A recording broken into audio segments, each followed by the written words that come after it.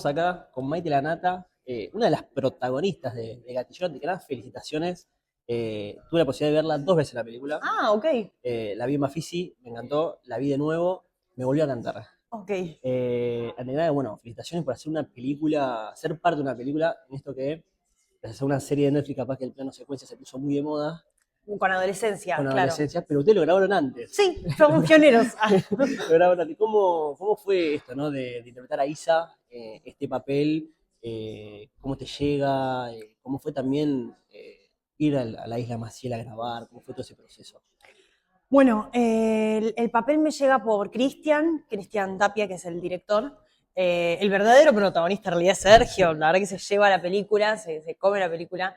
Y por lo general a mí los proyectos me gustan por la historia que cuentan, o por el personaje, o por la dirección. Yo a Cristian no lo conocía, pero acá lo que más me compró era la idea de la propuesta de Claro. ser un plano secuencia y de que sea una propuesta que tiene algo muy de lo teatral, porque Claro. tenés que ensayar Ujú.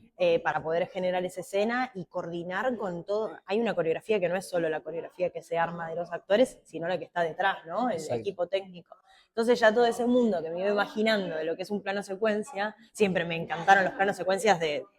No es que nació con adolescencia, obviamente, no nació con eso, sino que muchas películas y series han tenido por ahí hasta algún capítulo particular que era todo en plano secuencia, y siempre me encantó eso. Aparte deja al espectador muy enganchado. Y bueno, ya esa idea fue lo que me compró y dije, dale, hagamos esta peli.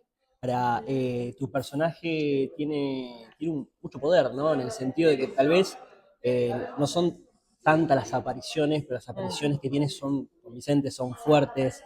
¿Cómo fue ir a rodar a Isla Maciel? Yo tuve la posibilidad de hablar con Sergio, con Mariano, con Matías, me contaban que Sí. la gente los acompañaba, como una propia seguridad. ¿Cómo fue esa experiencia? Bueno, sí, las casas, las casas que íbamos eligiendo, o sea, supongo que cuando hicieron el scouting es lo que se hace antes de empezar a rodar una peli, el buscar las locaciones y eso, hizo que, bueno, se contacte con determinadas familias de Isla Maciel y nos dejen pasar a sus casas, y conocer a los dueños, conocer cómo está el barrio, y eso te mete mucho más en ese mundo.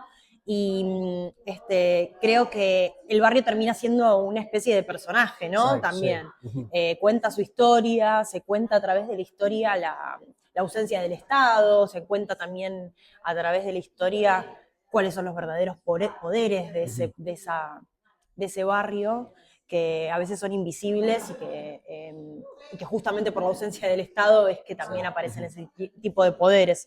Entonces te vincula con todo eso, y la verdad que ya ahora hablando más técnicamente de lo que fue la peli, además de lo arriesgado de hacer un plano secuencia y con el presupuesto que se tenía más amor que estructura, por así decir, además de eso, lo redobla con el hecho de que la idea es hacer una peli todo de noche. Entonces las jornadas eran solo nocturnas. Claro. Y cuando empezaba a aparecer el sol ya teníamos que terminar. Entonces también nos corría ese tiempo, no solo el tiempo del rodaje del plano secuencia, sino el tiempo de que grabamos de 8 de la noche a 8 de la mañana. Claro. Toda la madrugada ahí filmando y bueno, manteniendo, ¿no? Todo eso. Ahora, la verdad que Gatillero es una locura. Cuando se estrena en Bafisi, fue la favorita del público, lamentablemente por Yo estas estaba en cosas. Uruguay y no pude verla, pero me contaban y Fue estaba yo. una locura, lamentablemente por estas cosas de Bafisi, que solamente son 3 funciones, y cuando llega el boom, ya no hay más. Ya no hay más, Ya sí, no hay más no. entradas. Que llegue ahora a cine, en donde en un momento la industria audiovisual está bastante golpeada, Sí. no solo lo audiovisual, el teatro también, ayer hubo una marcha. ¿Qué te representa a vos que una película que sos parte el 12 de junio llega a la sala? Mucho orgullo, la verdad que es un privilegio, la verdad, estar participando de las pocas pelis que se están haciendo en Argentina, porque también hay muchas, se empezaron a producir también en Uruguay. Nuestros compañeros uruguayos nos están dando su país para poder filmar producciones argentinas allá, por lo económico, bueno, no me voy a meter en ese mundo, pero sí muy contentas de que siempre cuando se estrena una historia argentina y encima que cuente de nuestras verdades, de nuestros vínculos, de nuestras costumbres, nuestra cultura, que se refleje en una peli y que pueda llegar, recorrió esta peli festivales re lindos a nivel internacional, que puedan ver otras personas de otras culturas, nuestra cultura, la verdad que me gusta, me enorgullece mucho cuando se empieza a compartir, ¿no? Trabajás desde los 11 años, has hecho personajes súper importantes, Sí. con nominaciones, con premios, tenés una versatilidad como actriz Bueno, muy, gracias. muy linda. El último, estuviste haciendo radioteatro.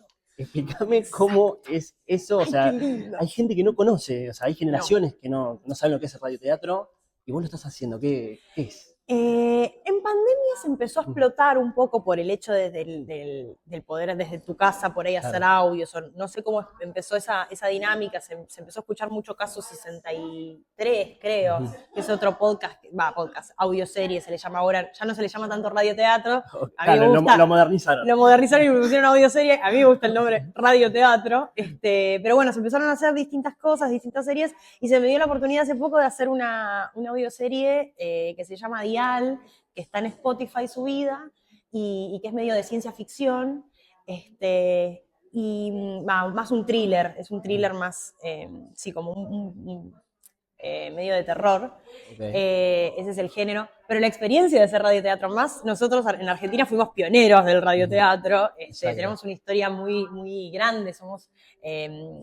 Fuimos los primeros en mezclar el circo, los payadores con el circo criollo. Entonces tiene todo un trasfondo, una identidad nuestra, justamente hablando de cultura. Tiene una cultura que es muy... y que hay veces que se olvidan esas cosas, ¿no? Como el tango, ¿viste? Que nunca se olvida, pero a su vez se pierde un poco en las raíces o en las nuevas generaciones. Y volver a hacer algo con radioteatro te vincula también a poder investigar también un poco el mundo. Mismo Eva Perón, por ejemplo, en realidad fue más conocida al principio, más que por ser la esposa del presidente, era una figura del radioteatro, hasta llegó a ser creo que presidenta no recuerdo de qué radio. Claro, lo que ese momento era el... Exacto.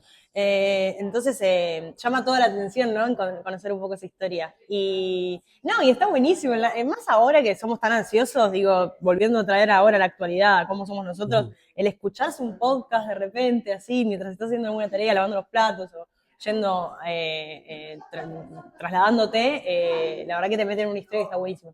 Ahora, como actriz, ¿no? Que uno está tal vez acostumbrado a poner el cuerpo. Sí. El hecho de tener que sumergir al oyente en algo a través de la voz ¿cómo es ese desafío? Un gran desafío, sobre todo porque la mayoría de los actores eran solo actores de ponerle el cuerpo, claro. Entonces no somos actores de doblaje y hay cosas que decís, claro, esto puedo no relajar mi cuerpo y no se trata de transmitir por la voz porque estamos haciendo todo este esfuerzo. O hay veces que había que subrayar distintas cosas, por ahí la angustia que por ahí la estabas transmitiendo con lo físico, tenés que ponerla más en la voz para que se entienda que el personaje está llorando. Y bueno, después la ayuda de lo que es ahora el audio digital, que bueno, en la época del radioteatro no estaba y ahora la ayuda del audio digital hace que distintos climas se puedan generar más fácilmente. Pero no, una experiencia súper... Qué lindo, qué lindo. Sí. Entonces, el nombre es Dial, está en Spotify. El Dial y está en Spotify. Y sí, las recomiendo, posta que las recomiendo, y también les recomiendo que averigüen por otras audioseries, que también es muy interesante ese mundo. Ok, y proyectos a futuro, sé que hace poco grabaste una película con Luciano Cáceres. Sí, en Uruguay, justamente. En Uruguay. Sí, una peli que es de producción uruguaya, muy independiente, pero que tiene una historia súper atrapante de un mundo distópico donde desaparece la carne y se propone una ley cárnica del canibalismo. Okay. Esa básicamente es la historia. Y ahora proyectos a futuro que se estén por estrenar, porque esa peli no se sabe cuándo se va a estrenar, sino que hace poco la hice. Bueno, una serie que habla mucho de la salud mental, que en estos tiempos también es muy importante, que se llama Inadaptada. Todavía no tiene fecha de estreno, pero está pronta. ¿Y qué más? Bueno, no, y yo ahora no estoy laburando, así que cualquier llamadito o algo, estoy para ponerle el cuerpo. Perfecto, el Instagram, @maitenelatamay, me pueden comunicar ahí, sí, por favor, contacto. Perfecto, y para finalizar, para el público de La Baulera, ¿con qué película se va a encontrar? ¿Qué es Gatillero para Maite Lanato? Gatillero es una peli que uno como espectador siente que es un personaje más, porque la cámara está siguiendo todo el tiempo al protagonista, está ahí con él, y hace que justamente la idea, lo original del plano secuencia, te mete todo el tiempo, estás súper enganchado en eso. Entonces, creo que si te gustan las películas de acción, es la peli, está buenísimo. Si te gustó Cupa, si te gusta El Marginal y ese estilo, sí, es la peli.